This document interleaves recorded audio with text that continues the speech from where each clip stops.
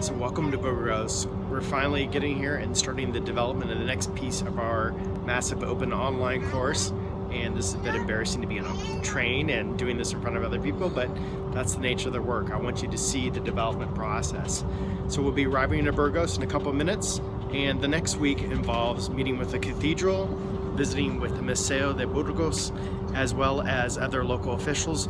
We hope to have a good week in terms of collecting data for the individual manuscripts that we'll be studying, as well as seeing some artifacts in the museum. I'll keep you posted.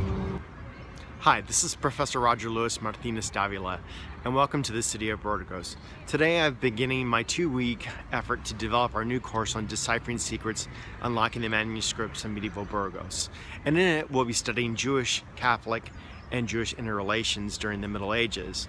One of the pieces I'm always most interested in history is this idea of myth-making, and I can really attribute that to really formative scholars for me like Edgar Ptolemy at the University of Texas at Austin, who introduced me to Joseph Campbell's work, The Power of Myth, which was been very popularized during the 1990s, as well as more fundamental scholars such as Mircea Eliade and The Myth of the Eternal Return.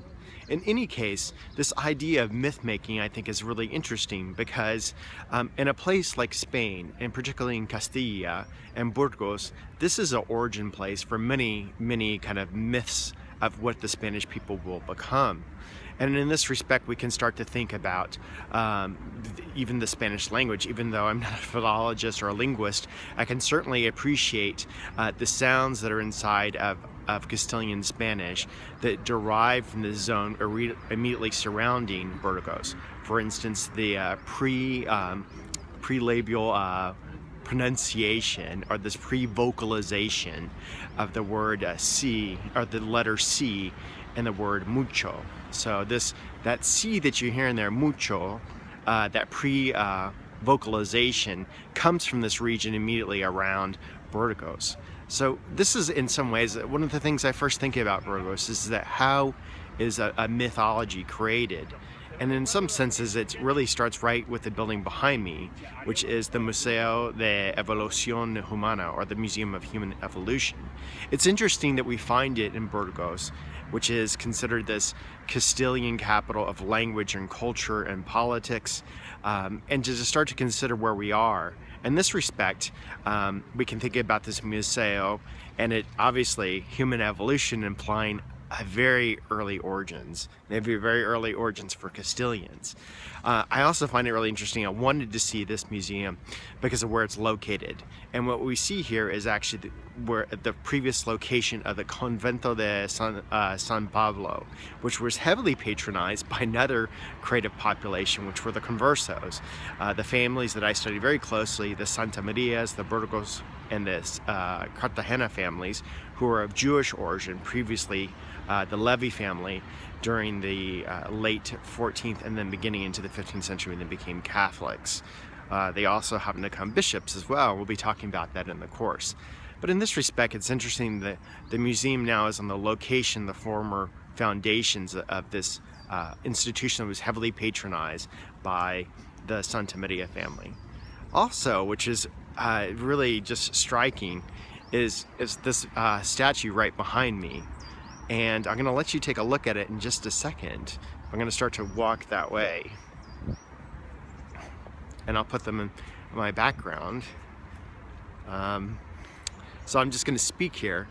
But we have what appears to be a nude man with a boy, and they're walking.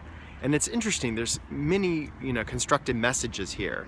The boy and the man who's taking the boy's hand are walking out of the old city of Burgos and crossing over the river, headed towards the Museum of Evolution. So it's a really complex mythology that's occurring here. Where's the man coming from? Is he coming from the mountains? Is he coming from the original location of the Castilians? And where is he taking us? Where is he taking the boy? Which I think really represents us. Where is he taking us? Is he taking us into some future? Is that future a recognition of human evolution? Is it to this historic site that sits below the museum, which was this creation of this new people, the Conversos, who were obviously of Jewish background, but became Catholic. And also to kind of start to consider where we are in relationship to the rest of the city.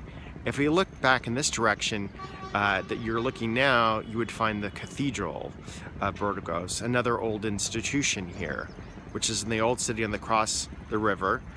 So the man is simultaneously, it seems to be coming out of this historic, mythical place of the Castilian people, out of the old city where the church has come, and is now across the river and walking towards the Museum of Human Evolution. Obviously, this is a heavily constructed space, but I think it's meant to help us contemplate our place in the world. Again, I think back to Mircea Eliade, the myth of the eternal return, and this balance of, where are we headed? Will we come back?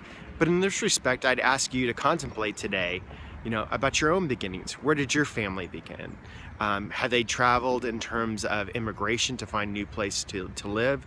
Was that required of them? And then in this way, how are you constructing your own personal myth, your own personal destiny that will make you a better person and something that will lead your own children into the future? Okay, so I'll be sharing these along the way and hopefully not too embarrassed as I do these on the streets. Have a great day. Bye.